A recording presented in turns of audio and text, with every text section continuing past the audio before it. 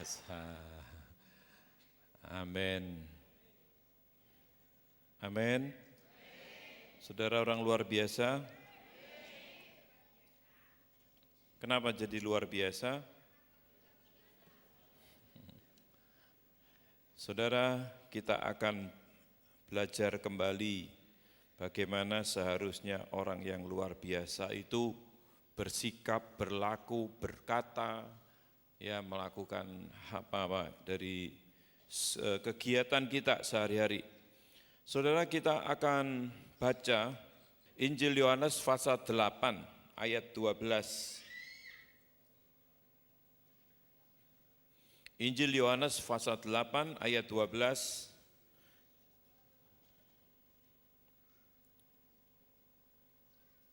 Demikian firman Tuhan, maka kata Tuhan Yesus berkata pula kepada orang banyak, katanya, akulah terang dunia, barang siapa mengikuti aku, ia tidak akan berjalan dalam kegelapan, melainkan ia akan mempunyai terang hidup. Tuhan Yesus berkata, akulah terang dunia.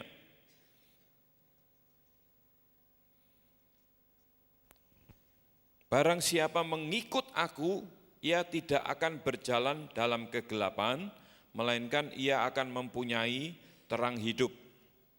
Kita baca lagi Matius pasal 5. Injil Matius pasal 5, kita akan baca ayat yang ke-14 sampai 16.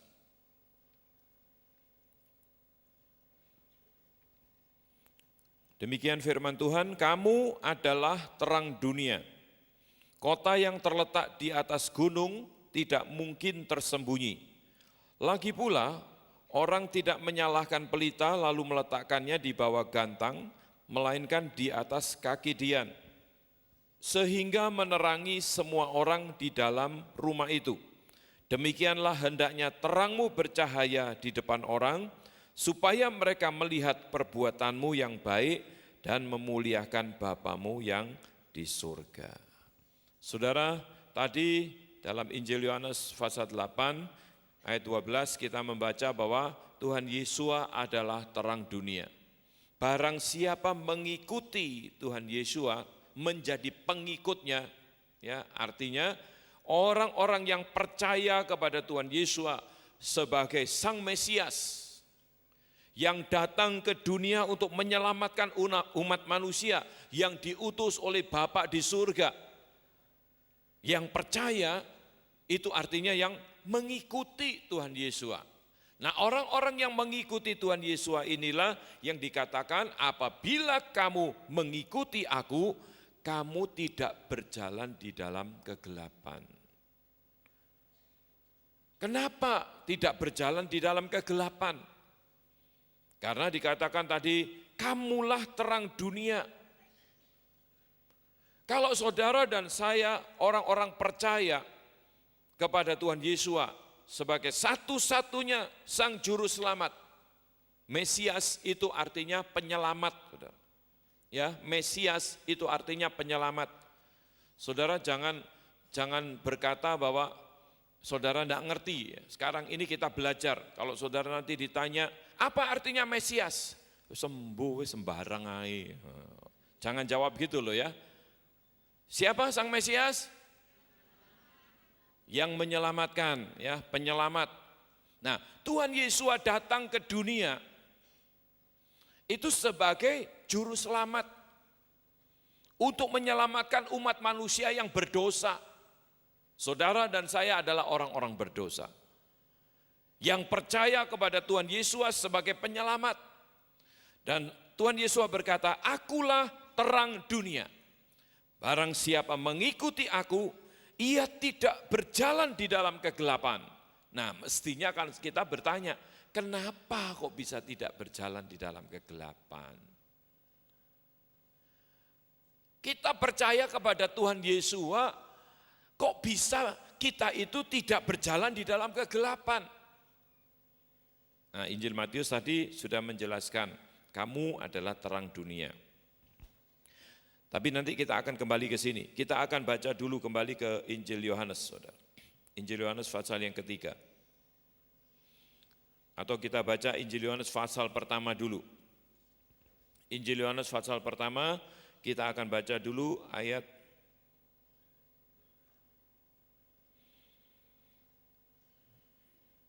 yang ke-5, atau mulai ayat yang pertama.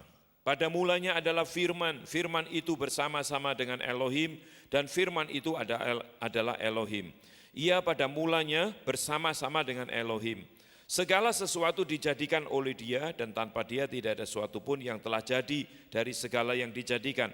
Dalam Dia ada hidup, dan hidup itu adalah terang manusia. Terang itu bercahaya di dalam kegelapan, dan kegelapan itu tidak menguasainya.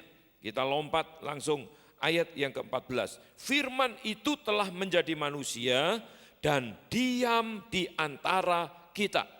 Dan kita telah melihat kemuliaannya, yaitu kemuliaan yang diberikan kepadanya sebagai anak tunggal Bapa, penuh kasih karunia dan kebenaran. Nah ini mulai masuk lagi ya, saudara ikuti, fokus, konsentrasi supaya kita mengerti ya. Tadi kan, akulah terang dunia, Tuhan Yesus berkata, barang siapa mengikuti aku, ia tidak berjalan di dalam kegelapan. Kok bisa tidak berjalan di dalam kegelapan? Makanya di dalam Injil Matius tadi, kamulah terang dunia. Loh, kok bisa jadi terang dunia? Saudara dan saya yang percaya mengakui Tuhan Yesus sebagai Sang Juru Selamat, sebagai Mesias, kita menjadi terang dunia. Kenapa? Nah, firman Tuhan katakan ini tadi, ayat pasal pertama, pada mulanya adalah firman, firman itu bersama-sama dengan Elohim. Elohim pada mulanya ya, kemudian firman itu sudah menjadi manusia di dalam diri atau pribadi Tuhan Yesus.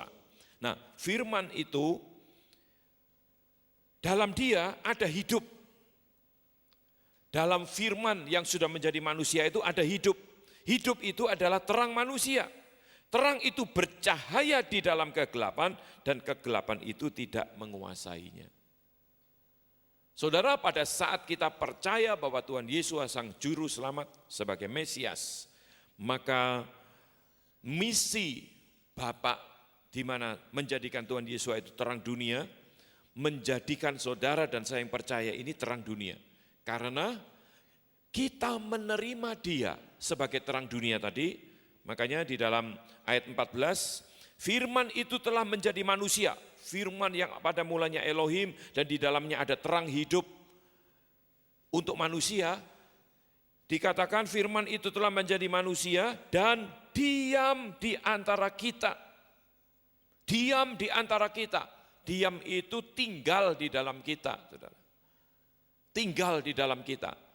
Lah jelas kalau Dia terang dunia, Dia tinggal di dalam kita, menjadikan kita itu akhirnya menjadi terang dunia. Jadi saudara, pada saat kita mengaku percaya kepada Tuhan Yesus sebagai Sang Mesias, sebagai Tuhan dan Juru Selamat, secara pribadi, maka Tuhan Yesus yang adalah terang dunia itu ada di dalam kita, menjadikan hidup kita itu terang dunia. Saudara, karena terang dunia itu ada di dalam kita, maka kita ini menjadi terang dunia. Karena Tuhan Yesus adalah terang dunia, ada di dalam kita, maka kita menjadi terang dunia. Kan begitu gampang-gampangannya. Apakah semua orang, sekarang pertanyaan berikutnya, apakah semua orang yang percaya kepada Tuhan Yesus, atau katakanlah yang pergi ke gereja, enggak peduli ke gereja mau ngapain. Saudara, sekarang pertanyaannya, apakah semua orang yang percaya, lebih lagi yang pergi ke gereja, itu menjadi terang dunia? Nah ini yang perlu untuk saudara ketahui. Pasal 3, Injil Yohanes pasal 3, ayat 19 sampai ayat yang ke-21, di situ dikatakan demikian. Dan inilah hukuman itu, terang telah datang ke dalam dunia, Tetapi manusia lebih menyukai kegelapan daripada terang, sebab perbuatan-perbuatan mereka jahat. Sebab barang siapa berbuat jahat, membenci terang, dan tidak datang kepada terang itu, supaya perbuatan-perbuatannya yang jahat itu tidak nampak. Tetapi barang siapa melakukan yang benar, ia datang kepada terang, supaya menjadi nyata bahwa perbuatan-perbuatannya dilakukan di dalam Elohim. Jadi tidak semua orang. Ada orang yang tidak suka apa? Tidak suka datang kepada terang itu. Tadi kan dikatakan Tuhan Yesus adalah terang dunia. Barang siapa yang mengikut dia, yang artinya percaya kepada Tuhan Yesus sebagai Tuhan dan Juru Selamat secara pribadi, percaya Tuhan Yesus sebagai Mesias, maka dia tidak lagi berjalan di dalam kegelapan. Kok bisa? Tadi pertanyaan kan begitu kan? Menjadikan kita yang mengikuti atau yang percaya kepada Tuhan Yesus, menjadikan kita terang dunia. Nah, kita lihat lagi, karena kita percaya Tuhan Yesus dan Tuhan Yesus sebagai terang dunia itu tinggal di dalam kita. Otomatis kalau terang yang menjadi terang dunia itu tinggal di dalam kita, maka hidup saudara dan saya yang percaya tadi menjadi terang dunia. Pertanyaan kedua tadi, apakah semua orang menjadi terang dunia? Tidak. Karena apa? Dikatakan banyak orang yang menyukai perbuatan-perbuatan yang jahat. Karena orang yang yang menyukai perbuatan-perbuatan jahat itu tidak mau datang kepada terang. Karena supaya perbuatan-perbuatannya yang jahat itu tidak diterangi. Saudara, kalau saudara misalnya, ya saudara habis katakanlah apa, bakar areng gitu, tangan saudara hitam semua toh, terus tahu-tahu saudara digigit nyamuk di sini, lagi nganu areng gini, arang, ya gigit nyamuk, tanpa sadar saudara kan, apa yang jadinya sini? Hitam. Kok tahu kalau hitam? Hah? Loh, saudara pasti kalau seandainya saudara mungkin nggak sadar ya karena sibuk, terus ada lalat lagi, ya jangan lagi gini saudara, wah soro. Kemudian setelah saudara selesai kerja, saudara cuci tangan, nggak sadar nih, nggak sadar, tahu-tahu berkaca di depan cermin, kok hitam semua? Apa yang saudara lakukan? Hah? Bersihkan, ya dibersihkan kan. Masa saudara begini, lihat gini, tambah cantik aku, tambah ganteng aku, kan enggak kan? Orang bagaimana? Yang bercermin tapi arang tok hitam-hitam terus bilang tambah cantik, tambah ganteng, itu orang yang apa? Saudara sendiri yang ngomong loh ya, bukan saya. Anehnya, firman Tuhan, surat Yakobus atau surat ini ya, yang berkata, itu seperti cermin. Pada saat seseorang itu bercermin pada firman Tuhan, seharusnya perbuatan-perbuatannya yang jahat itu nampak.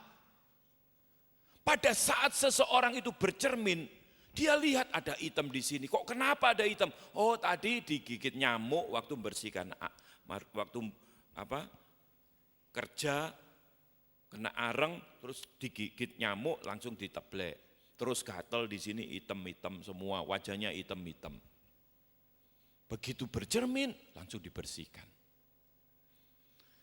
Tapi ada banyak orang pada saat mendengar firman Tuhan, dia kan tahu, waduh saya ini salah saya lakukan itu. Aduh perbuatan saya jahat itu. Waduh saya ini gini-gini. Tapi tidak langsung dibersihkan. Malah gagah Mas Ian. Berarti dia itu orang agak gak waras. Ya. Seperti tadi, ternyata ada banyak orang yang gak waras tadi di dalam gereja. Atau orang Kristen itu banyak yang gak waras, saudara. Tapi di tempat ini tidak ada. Amin. Semua kita mau bertobat. Amin. Begitu tahu perbuatan-perbuatan kita jahat, begitu firman Tuhan berbicara kepada kita, kita tidak lagi menghindari terang, tetapi justru kita mau datang kepada terang itu. Tuhan, inilah aku, orang yang berdosa, ampuni aku. Maka kita akan disucikan oleh darah Tuhan Yesus, menjadikan saudara dan saya orang-orang benarnya yang hidup memperkenankan Tuhan. Dari hari ke hari terus memperbaharui lagi, terus diperbarui sampai menjadi sama nanti dan serupa seperti Tuhan Yesus. Amin. Saudara, itulah kehidupan kita sebagai orang percaya. Saya akan lanjutkan dulu ini. Akhirnya tidak semua orang, karena ada orang-orang yang masih menyenangi perbuatan-perbuatannya yang jahat. Mereka enggak mau datang kepada terang. Karena apa? Mereka enggak mau kehilangan kesenangan-kesenangan dagingnya. Mereka masih terikat dengan kesukaan-kesukaan daging. Kesukaan-kesukaan yang duniawi. Lebih berat itu. Nah, inilah orang-orang yang tidak bisa menjadi terang dunia. Terang itu sudah datang, tapi belum tentu terang itu mendatangkan kebaikan bagi mereka. Justru dikatakan hukuman itu sudah datang dan inilah hukuman itu. Terang itu sudah datang, tapi banyak orang tidak datang kepada terang itu karena perbuatan-perbuatannya jahat. Orang yang mengetahui dan menyadari perbuatan-perbuatannya jahat, justru datang kepada terang. Maka terang itu menjadikan hidupnya terang. Dan jadilah dia terang dunia. Sekarang dalam kenyataannya, kembali lagi ke Matius pasal 5 tadi. Dikatakan tadi, kamu adalah terang dunia, kota yang terletak di atas gunung tidak mungkin tersembunyi. Lagi pula, ayat 15, orang tidak menyalakan pelita lalu meletakkannya di bawah gantang, melainkan di atas kaki dian, sehingga menerangi semua orang di dalam rumah itu. Demikianlah hendaknya terangmu bercahaya di depan orang, supaya mereka melihat perbuatanmu yang baik dan memuliakan Bapamu yang di sorga. Saudara, kalau seandainya kita itu katanya percaya Tuhan Yesus, mengikuti Tuhan Yesus, seharusnya kita adalah terang dunia. Tapi dalam kehidupan sehari-hari saudara katakanlah saudara suka berbohong, suka menipu, ya, suka ngentit uangnya kantor, ya, enggak jujur. Kira-kira orang-orang seperti ini yang perbuatan-perbuatannya seperti ini bisa menjadi terang dunia enggak? Enggak bisa, saudara. Dunia melihat, loh katanya Kristen. Pada umumnya orang dunia itu tahu loh saudara, seharusnya orang Kristen itu jadi terang dunia. Katanya Kristen, lah kok nyolongan, lah kok ngentitan. Jangan ketawa terlalu keras, nanti ketahuan saudara kalau saudara orangnya. Ya. Itu enggak jadi terang dunia. Seharusnya itu orang ya punya terang, tapi terangnya itu disembunyikan. Wah, disembunyikan sehingga dia tidak bisa menerangi hidupnya. Terang itu dikatakan jangan ditaruh di bawah gantang, artinya ditutupi, ditaruh di bawah kolong tempat tidur. Saudara kalau seandainya saudara dalam ruangan di kamar tidur misalnya ya, saudara ada lampu, tapi lampunya ditaruh di bawah kolong tempat tidur. Kira-kira kamar itu terang atau gelap? Gelap. Itu orang-orang yang ya katakanlah dia seharusnya terang itu kan ditaruh di atas gini supaya menerangi semua yang ada di dalam ruangan itu kan. tapi lampunya itu ditaruh di bawah kolong tempat tidur. Terangnya sudah ada, tapi kenapa kok tidak bisa menerangi? Karena ditempatkan di bawah kolong tempat tidur. Itu artinya ayat ini. Saudara punya terang, percaya Tuhan Yesus. Terang itu harus saudara nyatakan melalui apa? Perbuatan-perbuatan baik. Sehingga orang bisa melihat, oh orang Kristen itu begitu. Saudara, ada seseorang, macam-macam ya, paling tidak ada 2 contoh. Yang pertama, dia punya perusahaan, dia mau mencari pegawai-pegawai itu orang yang percaya. Orang Kristen, paling enak. Paling tidak ngerti firman Tuhan. Tapi ada yang lain, sama. Dia punya perusahaan, tapi kalau dia mencari pegawai, dia ngomong sama saya enggak mau cari orang yang Kristen. Lebih baik cari orang yang bukan Kristen. Kerjanya lebih bagus. Gak bujukan, gak ngentitan. Bayangin saudara, waktu saya mendengar itu, sepertinya saya tertemplak. Kenapa ada banyak orang Kristen yang masih seperti itu ya? Kerjanya enggak benar, males-males. Aduh, tambah rasanya. Saudara, jangan dipikir kita menjadi orang percaya itu tambah enteng. Tuntutannya itu tambah berat. Tapi itu sesuai dengan firman Tuhan. Firman Tuhan pun berkata, orang yang malas bekerja pantas tidak makan. Itu firman Tuhan yang bilang. Jadi orang Kristen jangan malas-malas. Oh enggak apa-apa, berkat Tuhan. Lah wong firman Tuhan ada yang berkata, Tuhan memberkati di saat-saat kita tidur. Wis tidur terus. Salah itu nangkapnya. Kalau kita berkata, kan ada ayatnya. Tuhan memberkati di saat-saat kita tidur. Makanya banyak yang tidur terus nggak kerja, orang mangan. Saudara, kita justru harus percaya Tuhan Yesus sebagai terang dunia tinggal di dalam kita, maka hidup kita bisa menerangi dunia. Dalam perbuatan-perbuatan yang kita kerjakan, orang itu bisa ngelihat, iya ya, memang orang percaya, orang Kristen itu memang bagus-bagus, baik-baik. Kalau kerja baik-baik. Wah kalau kerja tanggung jawab, wah enggak suka mencuri, enggak suka bohong. Orang Kristen itu jujur apa adanya. Gini. Nah pada saat saudara dikatakan seperti itu terangnya menyala. Saudara mau terangnya menyala atau padam? Menyala, amin. Ya seperti itu.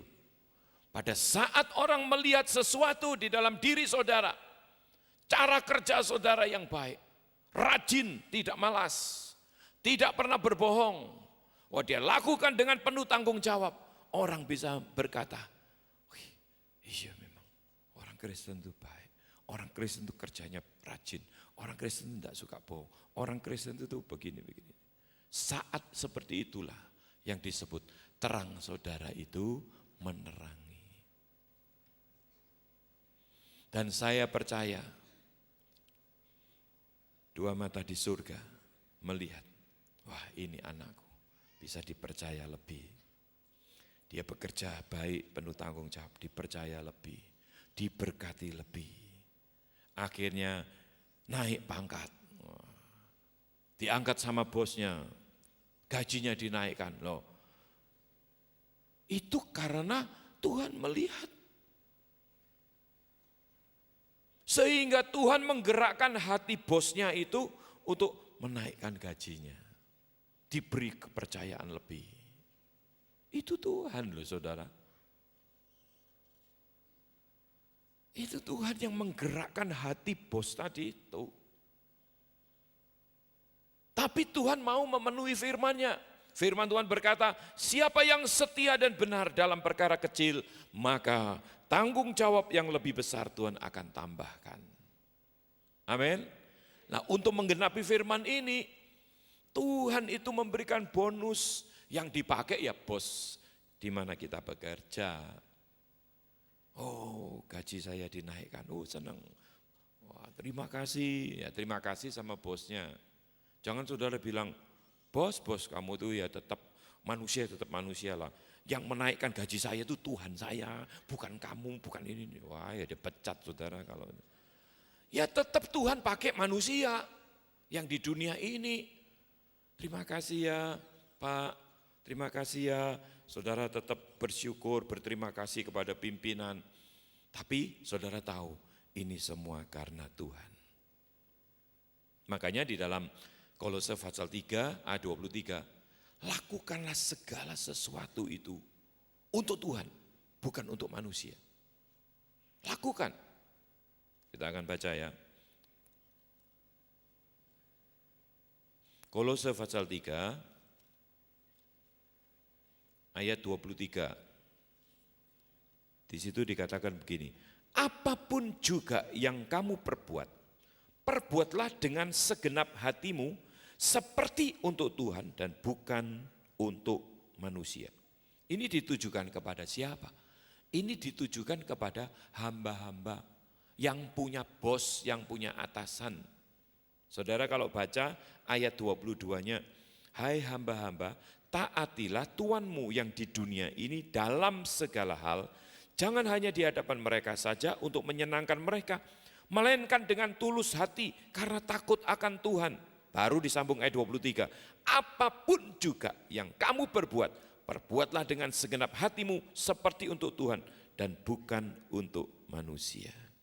24, kamu tahu bahwa dari Tuhanlah kamu akan menerima bagian yang ditentukan bagimu sebagai upah. Kristus adalah Tuhan dan kamu hambanya. Pada saat kita itu sudah melakukan tugas dan tanggung jawab kita, kewajiban-kewajiban kita dengan baik. Ini pada saat kita bekerja, misalnya kita sebagai pegawai atau bawahan, kita punya atasan, kita punya bos, punya tuan, punya majikan. Kita kerja baik-baik.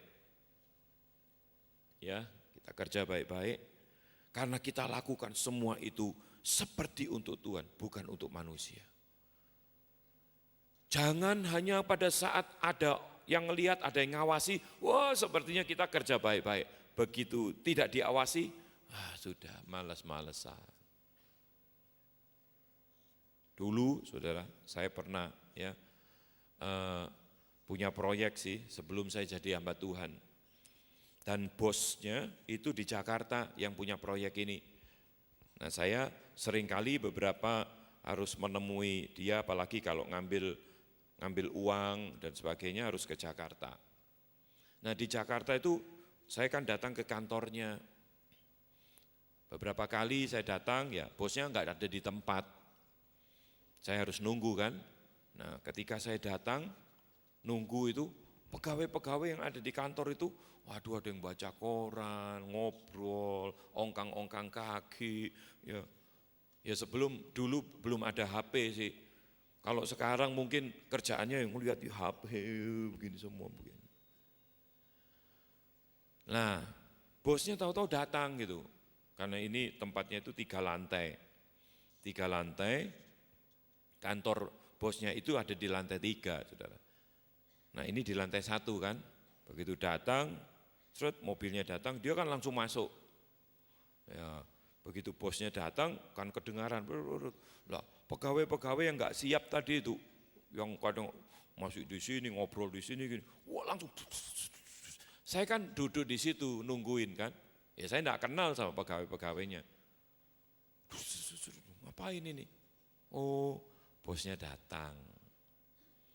Nah, yang di kantornya di lantai 3, karena saya nunggu di lantai 3 kan, terus ada yang ke susu begitu, ada yang duduk, langsung dia itu duduk, tadinya padahal gerombol-gerombol ngomong, terus ada yang baca koran begini, ya, bosnya lewat kan. Nah koran itu seharusnya begini bacanya, tapi dia bacanya kebalik gini loh saudara. Lah bosnya kan lihat di depannya, dia jalan begini, Loh kamu baca koran kok kebalik? Oh iya bos, tadi lihat gambarnya terbalik, saya balik-balik. Padahal dia itu asal nyaut, saya yang tahu duduk di situ kan, dia asal ambil koran. Gak taunya kebalik korannya saudara. Orang-orang seperti ini adalah orang-orang yang bekerja kalau diawasi. Dia lakukan dengan baik kalau ada yang ngawasi. Kalau nggak ada yang ngawasi, ya seperti itu. Orang Kristen seharusnya tidak punya mental seperti itu. Dikatakan di dalam ayat tadi, lakukanlah segala sesuatu itu seperti untuk Tuhan. Diawasi atau tidak diawasi, kita bekerja, kita selesaikan pekerjaan dan tanggung jawab kita. Saya yakin atasan kita yang ngelihat, wah ini kerjanya bagus. Dia kalau diberi pekerjaan, diberi tanggung jawab, selalu diselesaikan sebelum waktunya. Oh dia itu punya kapasitas gede, diberi tanggung jawab yang lebih besar. Karena tanggung jawabnya lebih besar, gajinya pasti lebih naik lagi. Ya kan? Ditambah lagi, tambah naik, tambah naik. Padahal itu semua Tuhan yang gerakkan. Seharusnya orang percaya menjadi pengikut Kristus, bekerjanya itu seperti itu saudara. Sehingga atasan kita melihat, bos kita melihat, majikan kita melihat, dia ini orang yang tanggung jawab. Oh dia ini orang yang bisa dipercaya. Padahal kita ini kerjanya gak ngelihat manusia, kita kerja di hadapan Tuhan, lakukan semua seperti untuk Tuhan. Diawasi nggak diawasi, tetap bekerja dengan rajin. Nah orang-orang yang seperti inilah yang disebut terangnya itu menyala. Menerangi orang-orang yang di sekitar saudara. Pegawai-pegawai yang lain tentu ngelihat, iya kerjanya lebih bagus dari saya. Misalnya saudara diangkat menjadi atasan mereka, mereka nggak akan timbul iri, ya memang pantaslah, dia memang kerjanya bagus, dia tanggung jawab, dia bisa memimpin, dia orang yang begini.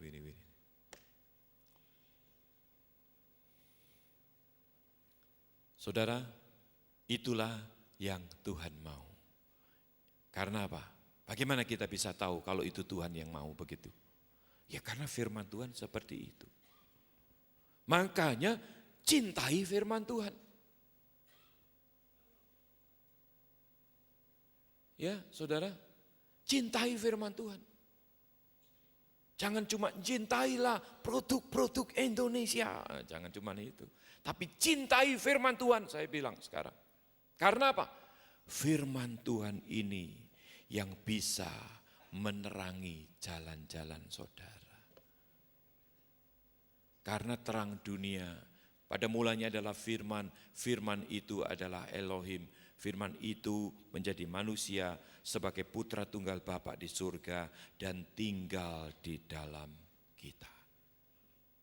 Sehingga menjadikan kita terang dunia. Bagaimana untuk menjaga terang itu supaya terus ada di dalam kita? Ayo kita buka Mazmur 119. Mazmur 119 kita akan baca ayat yang ke-105.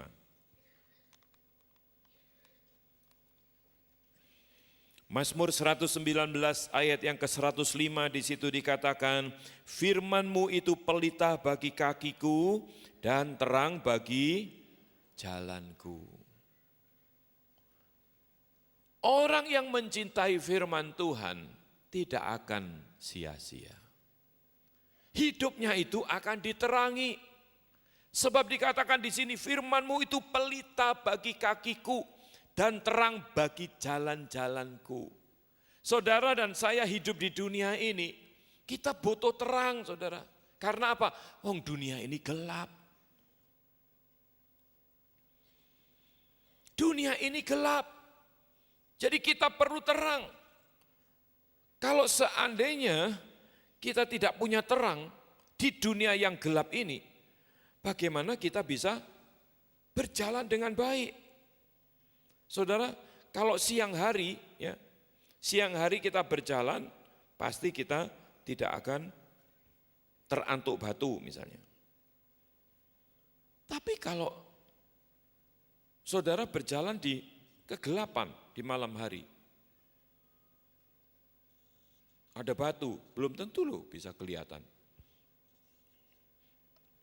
Ayo kita buka, Yohanes pasal 11 ayat yang ke-9.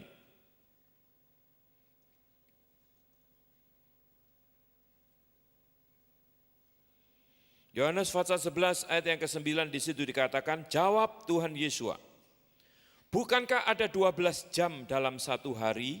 Siapa yang berjalan pada siang hari, kakinya tidak terantuk, karena ia melihat terang dunia ini. Maksudnya 12 jam itu terangnya. Terang itu matahari muncul jam 6, terbenam jam 6. Ya kadang-kadang lebih, kadang-kadang apa itu tergantung musimnya. Tapi teorinya kan begitu, 12 jam. Selama terang itu ada, kita berjalan tidak bisa kesandung. Kecuali kalau kita itu ndelereng. Jalan sama ngomong-ngomong. Kadang-kadang ada, ya saya pernah juga saudara, ada pintu kaca. Kenapa sih pintu kaca itu ditulis awas kaca, kadang-kadang kan begitu ya. Kadang-kadang dikasih stiker, nah kayak itu ada stikernya. Di pintu kaca ini ada stikernya. Stikernya bisa macam-macam, ada gambar-gambarnya, ada apa. Supaya orang tahu, tapi kalau kaca itu polos, lebar saudara. Seringkali kita enggak kelihatan itu kaca. Berapa kali orang jalan terus saya pernah itu, cuma lupa di mana dulu. Jalannya itu lereng lagi, ngomong-ngomong gini tuh padahal siang.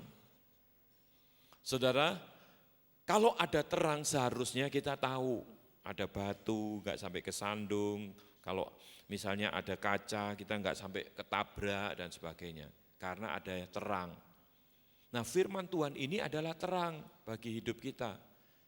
Dunia ini sudah gelap loh saudara. Dunia ini penuh dengan kegelapan. Saudara dan saya butuh firman Tuhan itu maksudnya untuk menerangi jalan-jalan yang kita tempuh di dunia ini loh. Makanya cintai firman Tuhan. Baca firman Tuhan, gali firman Tuhan. Supaya jalan-jalan kita di dunia ini tidak terjebak di dalam kegelapan. Ada ayat lagi, Yohanes pasal 12-nya. Yohanes 12 ayat yang ke-46. Yohanes 12 ayat yang ke-46. Di situ dikatakan demikian. Aku telah datang ke dalam dunia sebagai terang, supaya setiap orang yang percaya kepadaku jangan tinggal di dalam kegelapan. Jelas ya, Tuhan Yesus adalah terang dunia. Supaya setiap orang yang percaya kepadaku tidak tinggal di dalam kegelapan. Lah wujudnya itu apa? Firman Tuhan ini loh saudara. Firman Tuhan ini adalah terang yang menerangi jalan-jalan kita. Firman-Mu adalah pelita bagi kakiku dan terang bagi jalan-jalanku. Nah, waktu kita berjalan di dunia yang gelap, ada firman Tuhan, maka kita akan diterangi. Bagaimana caranya kita bisa tahu yang kita kerjakan ini dalam kegelapan atau di dalam terang? Saudara pasti tahu, tadi dikatakan orang yang nipu, orang yang bekerja kurang baik dan sebagainya, itu sebetulnya dia tidak ngerti firman Tuhan. Makanya hidupnya di dalam kegelapan. Yang masih bercabul, yang masih lakukan perbuatan-perbuatan yang tidak firman, yang melawan firman Tuhan. Ya mungkin kita ada keinginan-keinginan daging seperti itu. Karena kita ngerti firman Tuhan. Wah enggaklah, ini perbuatan ini dalam kegelapan. Nah, karena apa? Karena ada firman yang menerangi. Kalau kita tahu, saudara, dunia ini sudah gelap, terus saudara tidak suka firman Tuhan, tidak bisa saudara berjalan di dalam dunia. Kesandung-sandung. Nanti saudara merasa saudara merasa hidupnya sudah benar, ya, merasa tapinya, cuman perasaan. Kadang-kadang saya juga heran, ada orang yang perbuatannya dosa, tapi dia masih merasa bahwa dia sudah percaya Tuhan Yesus, dia pasti selamat. Loh, orang percaya Tuhan Yesus sebagai terang dunia, tinggal di dalam kita, maka hidup kita diterangi, perbuatan-perbuatan kita tidak lagi di dalam kegelapan. Kalau istrinya dua itu tinggal di dalam kegelapan atau di dalam terang? Ada orang yang istrinya dua datang ke gereja, diajak ke gereja. Ora tumon saya. Kadang-kadang saya sampai, loh kok aneh orang ini. Loh itu saya nemui sendiri, bukan di sini. Saudara jangan khawatir kalau di sini. Itu di tempat lain, waktu itu saya masih melayani di tempat lain. Ya ini yang istri muda, ini istri tua. Muji Tuhan. Firman-Mu, Firman-Mu, berita bagi kakiku. Istri neluru nyanyi firman-Mu, berita bagi kakiku dan terang bagi jalanku. Ora cocok. Iya kan? Hidupnya di dalam kegelapan berarti itu asbun saja, asal bunyi di mulut. Firman Tuhan gak ngajar seperti itu, saudara. Saudara percaya Tuhan Yesus adalah terang dunia tinggal di dalam kita, menjadikan saudara dan saya terang dunia. Artinya apa? Perbuatan-perbuatan kita tidak di dalam kegelapan. Amin. Mulai besok, kerja yang bagus, seperti untuk Tuhan. Itu yang artinya terang kita menyala. Supaya orang melihat perbuatan-perbuatan baik saudara. Ya, yang jujur, tanggung jawab, saya jamin apa yang firman Tuhan katakan. Setia dan benar dalam perkara kecil, tanggung jawab lebih besar Tuhan akan tambahkan. Berkat Tuhan akan melimpah di dalam diri saudara. Karena apa? Berkat Tuhan itu ada di atas kepala orang benar. Kalau orangnya tidak benar, apakah berkat Tuhan ada di atas kepalanya? Ya ora.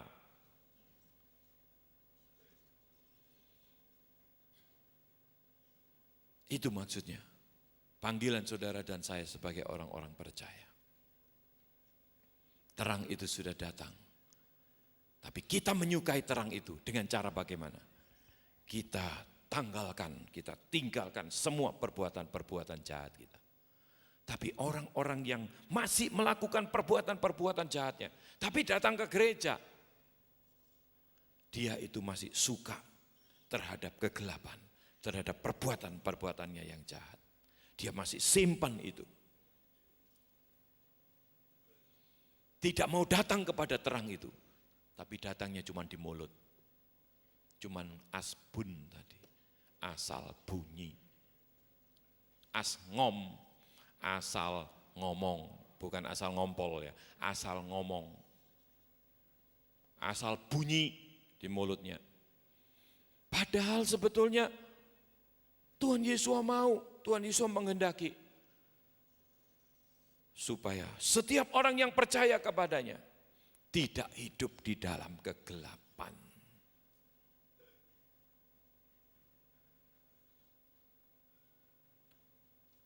Saya percaya setiap saudara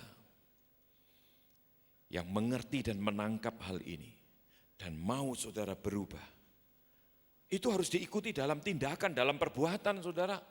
Firman Tuhan ini diikuti dalam perbuatan, dalam tindakan kita.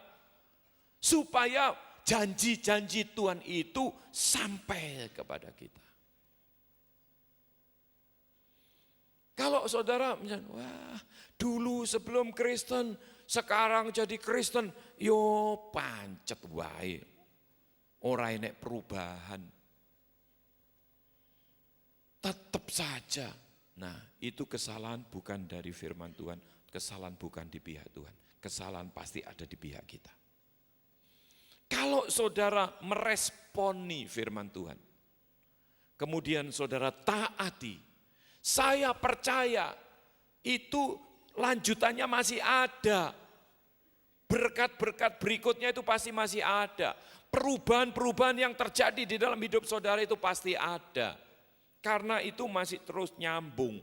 Nyambungnya itu terus sampai kita itu berada di surga. Saudara. Orang percaya Tuhan Yesus itu nyambungnya itu sampai ke surga.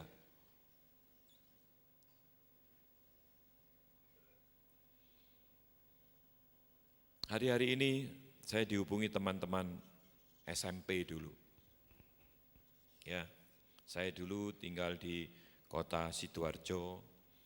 SMP saya itu SMP negeri. Saudara, memang ada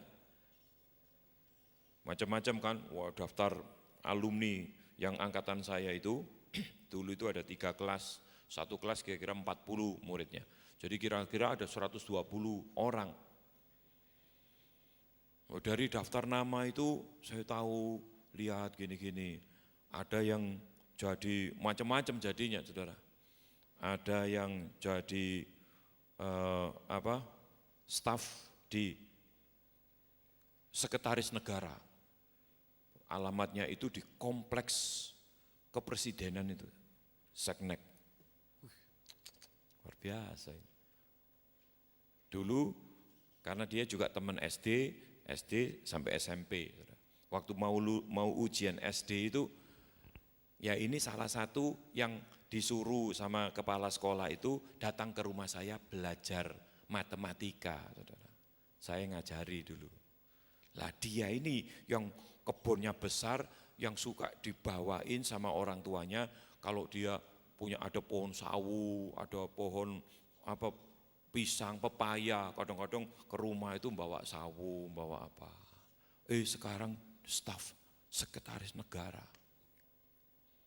Ada yang jadi gelarnya doktor S3, kerjanya di LIPI, Lembaga Ilmu Pengetahuan Indonesia. Tak pikir. Tapi juga ada yang nggak jadi apa-apa, pengangguran. Ada yang jadi ya kadang-kadang saya memang bukan nasib loh ya, kita nggak ngomong nasib. Saudara, saya percaya yang perlu kita ubah itu adalah mental kita. Saudara, kalau ikuti firman Tuhan, saya percaya saudara akan mengalami apa yang disebut revolusi mental itu, saya percaya itu terjadi. Orang bisa direvolusi mentalnya itu dari firman Tuhan. Saat seseorang menjadikan Tuhan Yesus itu juru selamat, hidupnya diperbaharui, dilahirkan kembali. Orang-orang yang dilahirkan kembali inilah orang-orang yang sudah mengalami revolusi mental itu.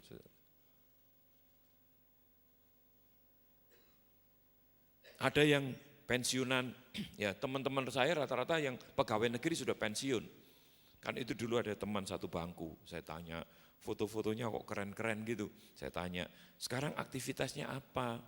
Oh saya pensiunan dari PTPN 14. Wih.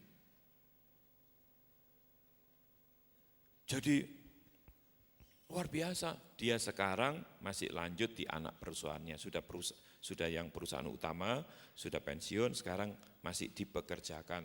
Maksudnya itu masih bantu. Saya pikir, luar biasa. Dulu teman satu bangku, dia malah mengingatkan saya. Ingat enggak sama saya dulu, waktu kita sebangku. Waktu bagi rapot, ya, katanya dia juara 2, juara 1-nya saya. Terus setelah pembagian rapot, dia dipindah duduknya sama gurunya. Sama guru, saya lupa sih, dia ingat. Dia yang dipindah soalnya, jadi dia ingat terus, saudara.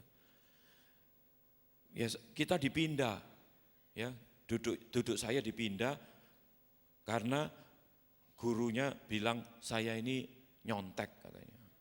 Kok bisa jadi juara 2, soalnya nyontek terus. Saudara, ya saya dalam rangka semua ini, saya mau berteman lagi, mengingatkan kembali, mereka semua tahu rata-rata saya sekarang jadi hamba Tuhan. Saya bukan tambah ringan, berarti tambah berat kan, untuk bisa menerangi mereka. Ya, tadi pagi karena negeri, bayangin saudara, kami dulu yang Kristen paling cuma hitungan jari. Kalau pagi kirim-kirimannya itu, ya saudara ngerti lah, mereka rata-rata kan dari seberang. Kirim ini, itu, ya doa-doa gitu. Saya juga ada lagu tentang doa, saya kirim masuk. Terus ada yang nanggapi, yang jadi dokter, yang nanggapi yang jadi dokter. Wah, terima kasih, apa kabar, ini. Bagaimana kita bisa menjadi terang? Hidup saudara dan saya harusnya menjadi terang dunia ini. Karena Tuhan Yesus yang adalah terang dunia sudah ada di dalam kita. Melalui perbuatan kita, melalui tutur kata kita, melalui sikap perilaku kita, melalui cara kerja kita, melalui apapun juga dalam kehidupan kita. Biarlah terang itu tetap menyala. Dan dunia tahu bahwa saudara adalah terang dunia. Amin.